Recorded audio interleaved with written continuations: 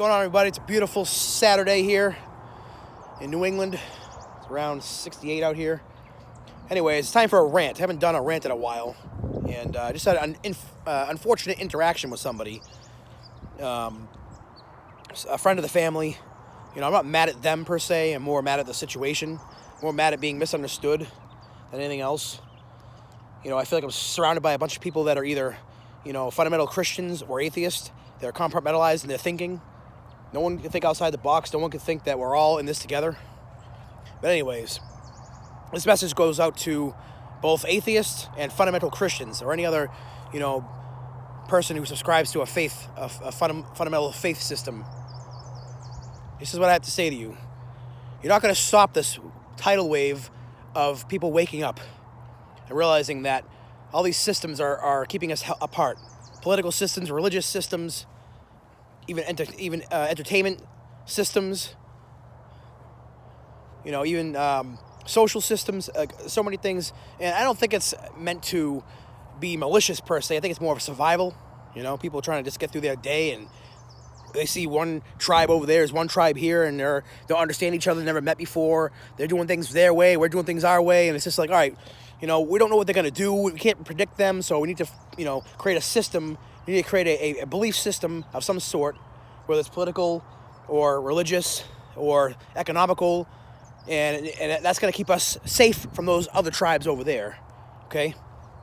But now we're in the age of enlightenment, and I'm sorry if I'm stuttering a bit. I'm a little amped up right now. I'm trying to take my energy here and spin it positive, because I you know, 5 years back I'd probably be angry and you know, yelling on my radio show. But anyways, you know, this is it, folks. We have a bunch of people now that are waking up and realizing, wait a second, we're all in this together. We have one source creator, if you believe, if you're spiritually enlightened, okay? And all these religions are just trying their best to understand this God they've never seen before, or this higher power they've never seen before. And we all call this God something different. All these different faith systems exist, and they're all, in one way or another, more or less valid approaches to God. And yes, there are some religions that I think are more enlightened than others, you know, but this goes out to Christians first. And my message to you is, don't waste your time trying to stop New Age people or other religions or spiritual movements from waking up to believing in a higher power. Be thankful that before they didn't believe in a higher power, or that they were agnostic, or they didn't have enough proof in a fundamental religion, or some kind of established religion who has a history of, you know, violence in the name of God, or otherwise unfortunate circumstances. Be thankful that people are waking up, and a lot of these New Age people are starting to believe in Jesus himself as a real actual person who came to this earth. And I think as time goes on, they're going to realize that Jesus was the God of this universe, and he really did come here, and he did and show us the best way to love each other and to love God. But that's another video. But just it's not going to stop, all right? This tidal wave is going to keep going. This is not a threat. This is not a promise. This is a fact of reality, okay? And although I might sound a little amped up right now, I'm excited about this because I'm sick and tired of it. I am sick and tired of being held back by limiting beliefs. I'm sick and tired of it.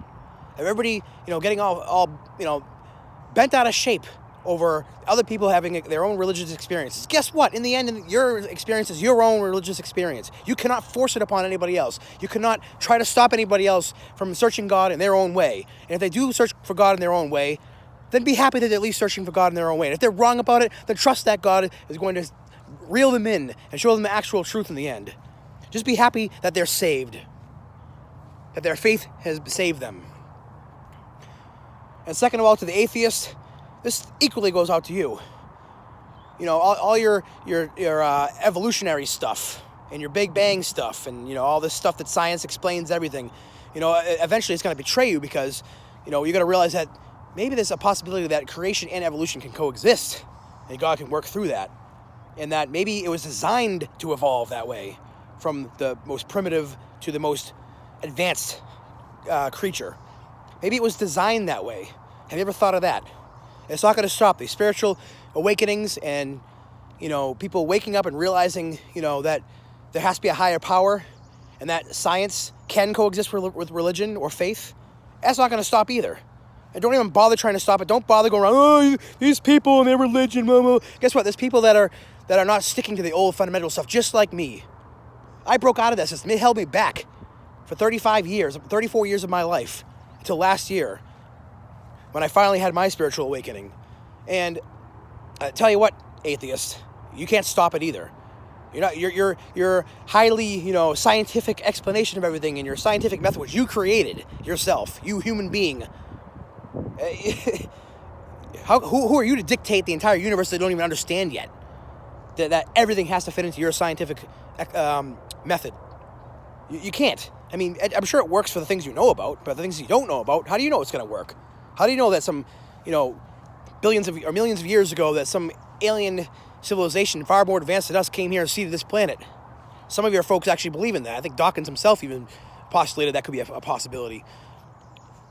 But the point is that, as you know, what neither Christians, fundamental Christians, or Muslims, or any other religion, Judaism, or atheists that are hell bent on, trying to free this world from religious, bondage. Yeah, there is some religious bondage. It's called superstition. It's called taboo. It's called calling everything that humans do as a sin.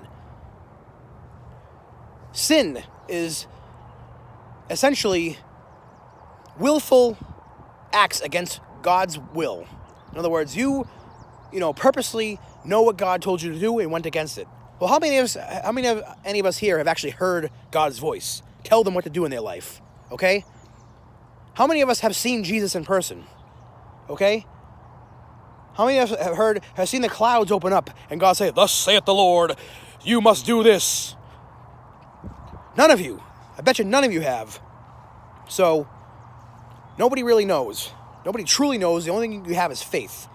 That's really what we have to go on. We have faith, and then we have the evidence of creation. And your own personal experience with God. And I have one. You can have one if you want to have one. It's your choice whether you want to acknowledge God, have faith, and have eternal life, or if you just don't want to survive, and you want to go back to the dust where you came from. If that's what you believe, and that's what you're going to get. You create your own reality, bro, or sis, okay? It's given to us to either co-create with God our eternal existence, or we can say, I don't believe it, I don't want it, and go back to the dust where you came from. That's your choice. In the end, that's what it comes down to. But this rant aside, what's going to tie these two things together is love. And as much as you might not hear love coming out of my voice right now, I really do love people, and I want them to get out of this bondage, get out of this superstitious belief system that, the universe is against them, or God's punishing them for whatever, they're doing, that turned out to be bad or didn't serve them well. A lot of things people call bad luck is actually good luck. Some people think it's good luck to win the lottery, but maybe it's the worst thing that could have happened to you. Maybe you just go off the deep end and waste all your money and ruin your life over it, okay?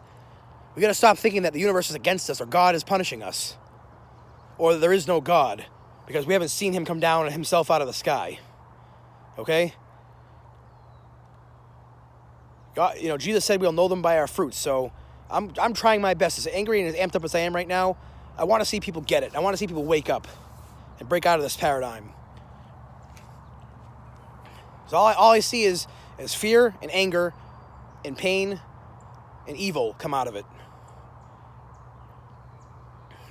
So that's the end of my rant. I hope people understand where I'm coming from. If you don't, if you feel at this point in time you can't, be my friend or family, I'm sorry to see you do it, but the door is there. You can open the door, and I'll pray for you, and hopefully it's a temporary thing, not a permanent thing, but you're welcome to delete me off as your Facebook friend, Instagram, or whatever platform you're on, because I'm not going away, okay? I'm not going to be silent. I'm not trying to be a jerk here, but I'm not going to sit around and feel bad about myself anymore. I'm done with that. I did that for 34 years. Feel bad that somebody else doesn't understand or agree with me, or, that I might be wrong, or I might be, I might get in trouble. I'm not walking on eggshells anymore. I'm going to do my best to try to speak my mind and do it respectfully. But if I feel like I'm being pushed in any way, I'm going to say something. I'm going to be respectful about it, but I'm going to be passionate about it. I'm not going to cuss anybody out. I'm not going to delete anybody myself. You're welcome to, if you can't handle me anymore, that's fine. You can delete me. You can mute me or whatever the case is. But I'm not going to sit here and feel bad about it. I'm going to find my tribe, and hopefully you find your tribe and you feel at home on this planet for the short time you're here. But I'm not going to sit around and feel sorry for myself anymore because somebody doesn't like or agree with what I say. Because I used to do that. And I'm not going to be codependent like that no more. So, anyways, folks, that's all I have to say.